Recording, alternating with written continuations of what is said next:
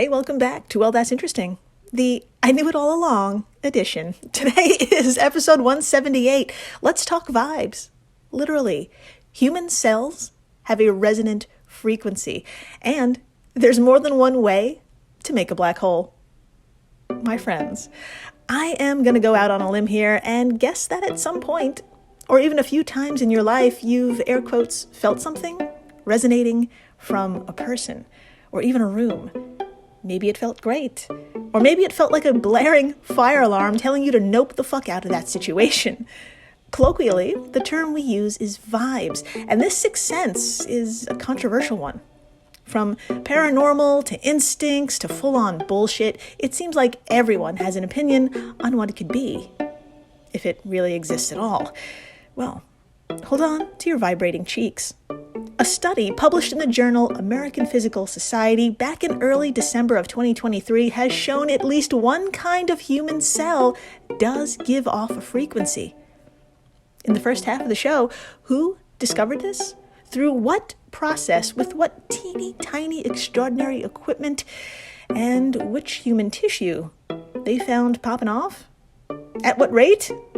All of that shall be revealed. And to top it off, we're going to get into how these vibrations may change how we diagnose and treat diseases in the coming future. It's going to be a big deal.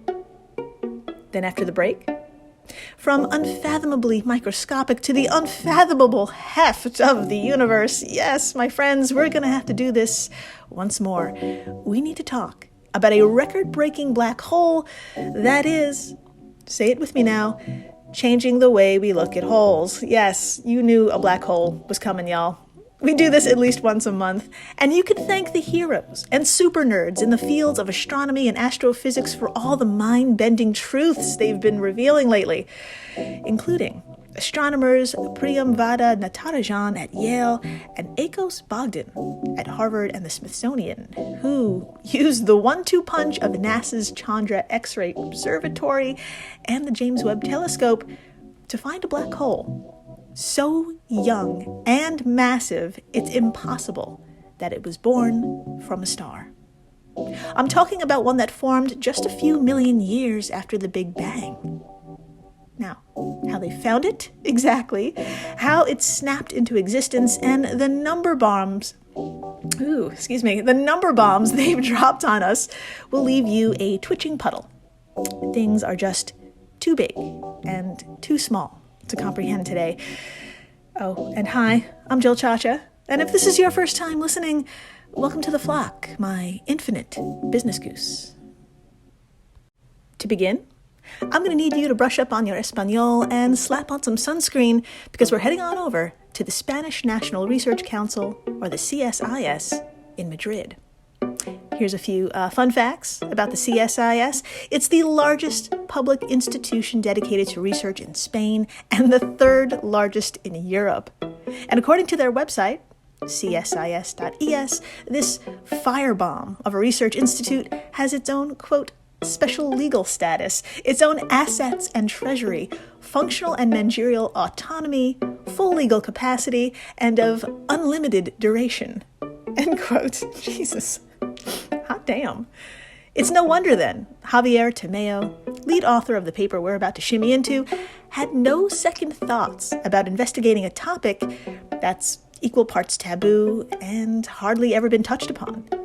For you see, my magical business goose, rumors and thoughts have swirled around the possibility that living human cells have resonant frequencies, or rates at which they naturally oscillate if the conditions are right. In fact, the opening line to Javier and his colleagues' paper starts with this banger, quote, "The question of whether human living cells in physiological conditions exhibit mechanical resonances has remained unresolved for more than 70 years. Ooh, end quote. That's right. We're talking about vibes, my friends. And thanks to Javier and the gang, we know they're there. Let's get into it. Now, Javier's curiosity began when working with what's called microcantilevers. Now, what in the holy hell are those, you may be asking? Well, I did too. I got you. I gave it a Google, and believe it or fucking not, This is kind of what I think they look like. Okay, everyone, please imagine a swimming pool. Awesome, fantastic. Now, at the far end of the pool, there's a diving board. Okay, I swear, I think that's what they resemble. Okay, I've got a photo of a simple one over at our social media stuff, so please come on by, tap on today's post, take a look. I'll give you a second. Am I right or am I right? It totally looks like a diving board. And this incredibly tiny diving board, if you will, can bend or vibrate when even tinier material is placed upon the plank, making them useful biomechanical sensors. According to our best buddy, the National Institutes of Health, microcantilevers are one of the most fundamental miniaturized devices used in microelectrical mechanical systems and are ubiquitous in sensing, imaging, time reference, and biological/biomedical applications. Ooh la la. So they're important and used a lot. So here is Javier having the goddamn time of his life, placing an individual human cell on the far end of one of these microcantilevers. And my friends, something totally bizarre occurred. Javier and his colleagues, quote, noticed that sometimes the cantilever moved in subtle but unexpected ways. They started to suspect that those motions came from the cell on top of the cantilever vibrating at some resonant frequency during those experiments. But because cells are very different from the usual objects we think of as resonating strongly, like tuning forks, for example, the idea seemed far-fetched. We could never imagine that a living cell could vibrate like this, Javier told newscientist.com. Well, my equally mysterious business goose, such an accidental observation only calls for one thing: an experiment using human breast tissue. You heard me. Yes, Javier and the gang decided to whip out a single living human breast cell, perhaps because that's what they only had in stock, or maybe because boobs naturally jiggle. I don't know, but that's what they used for this study, and I have boobs, so I can make that joke. Also used the tiniest of tiny microcantilevers. A 50 micrometer by 270 nanometer, too many meters here. Let me do that again. A 50 micrometer by 270 nanometer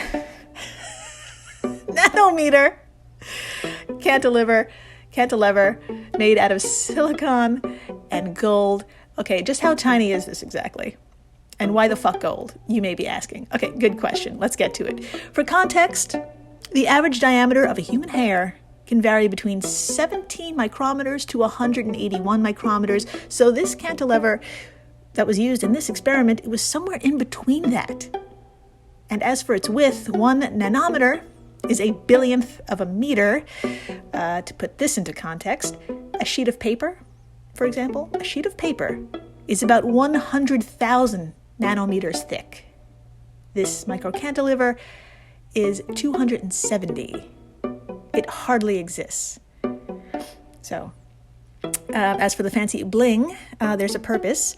Silicon provides a sturdy yet flexible base, allowing it to bend without breaking, and ye old gold is highly sensitive to changes in mass. So, when molecules or particles attach to the gold surface, it causes measurable changes in the cantilever's bending. So, fun. My friends, here we are. We have our materials. Let's find out what in the holy hell happened.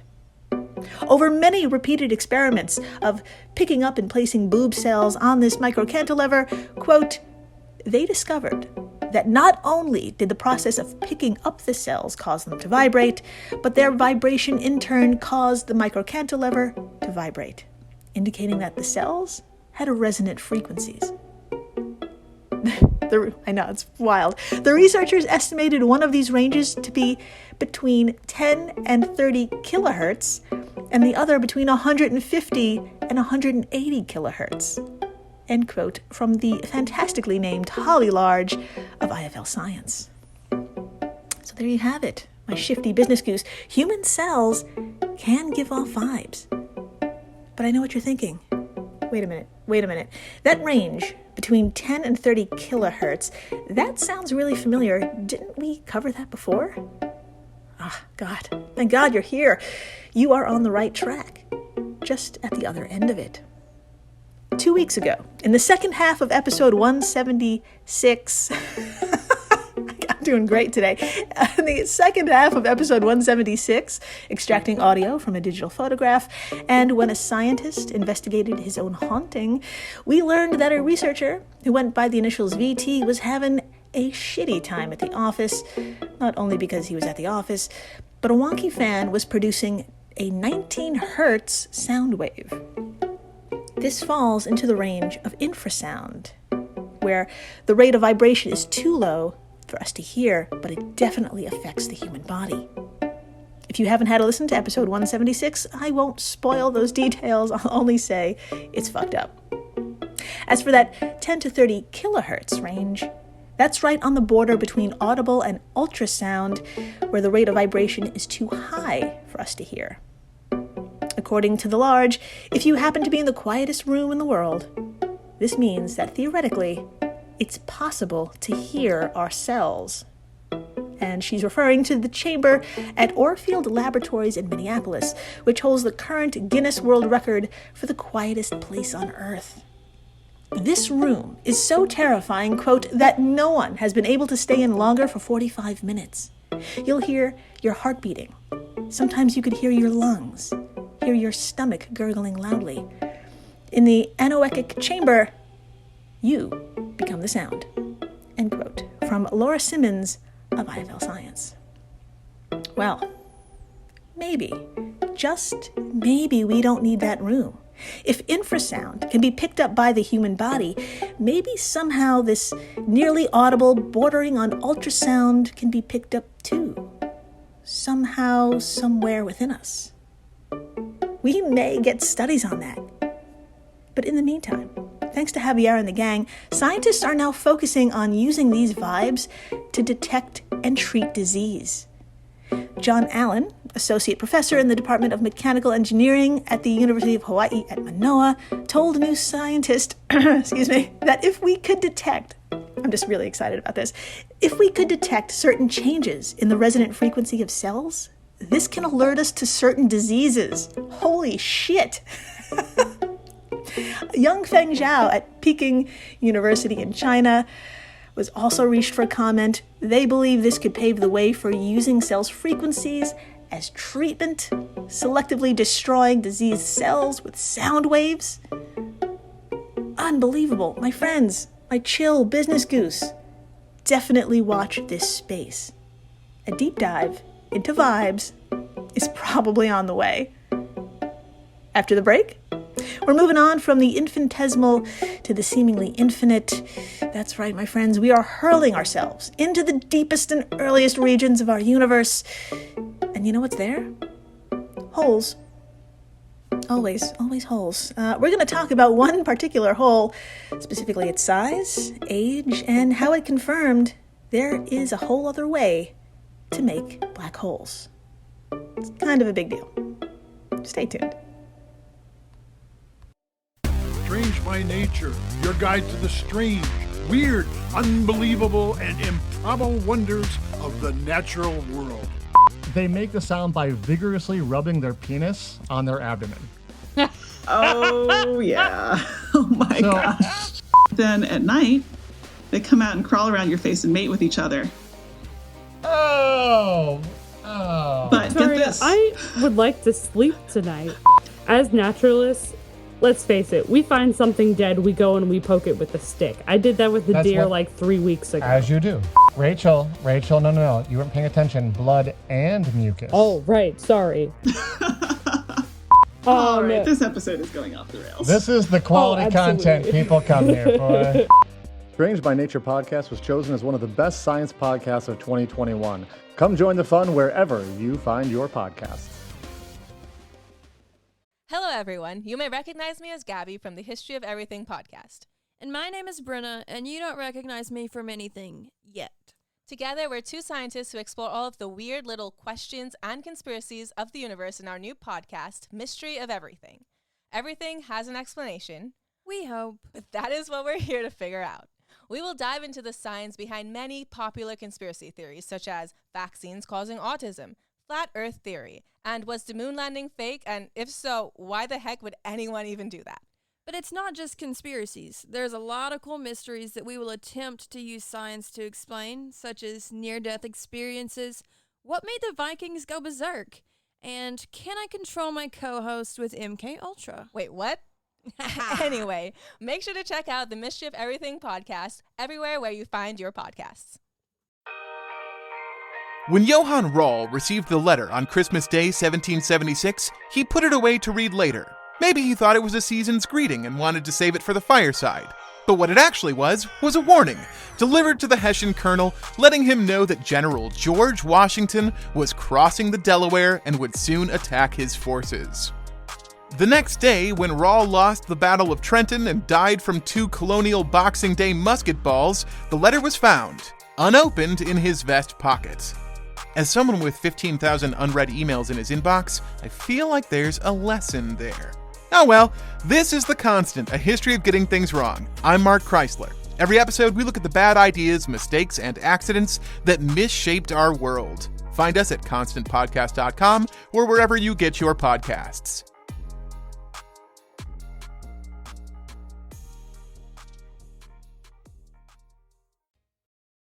And we're back.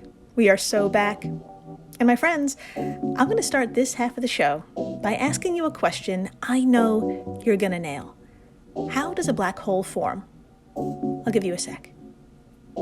Now, if you said anything along the lines of they appear when a star explodes, or from a dying star, a supernova, or, quote, when a sufficiently massive star runs out of thermonuclear fuel and collapses inward and keeps collapsing forever, shrink-wrapping space, time, and light around itself, end quote, yes, that is totally one way a black hole can appear.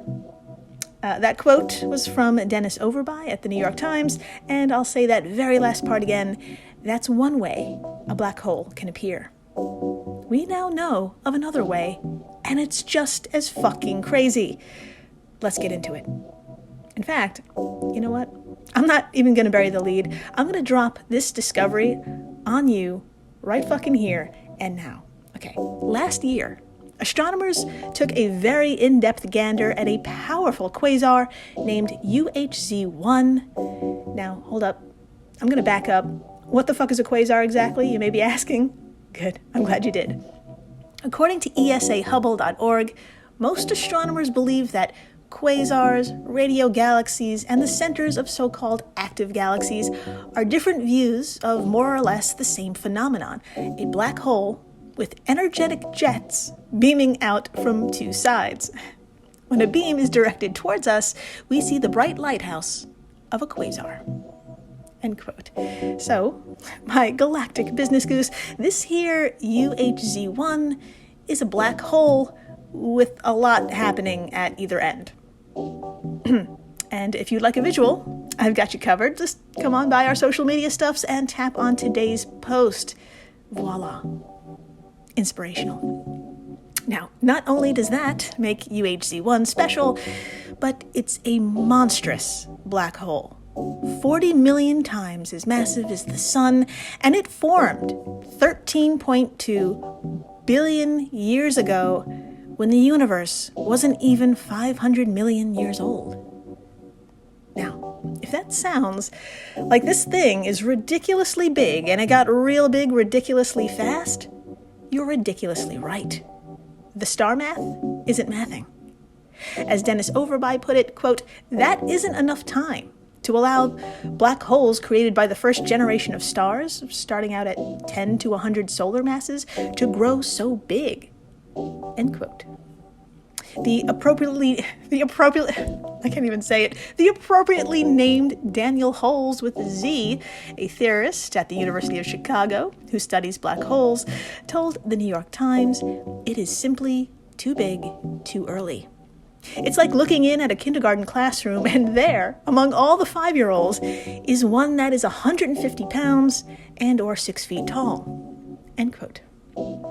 And my friends, Daniel's visual is pretty spot on.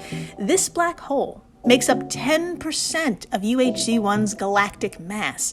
For context, in modern-day galaxies, black holes at their center usually compose less than 1/1000th of a percent of that galaxy. This motherfucker is 10%. 10% of its galaxy. So where the fuck did it come from, and how in the holy hell did it get so large so quickly after our universe just popped into existence? Are you ready for this? Clouds.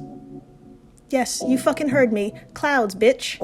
Clouds whose mass makes UHZ-1 look like a snack. I'm talking about giant clouds of primordial gas that collapse with such vigor and intensity they collect $200 and go directly to black holes.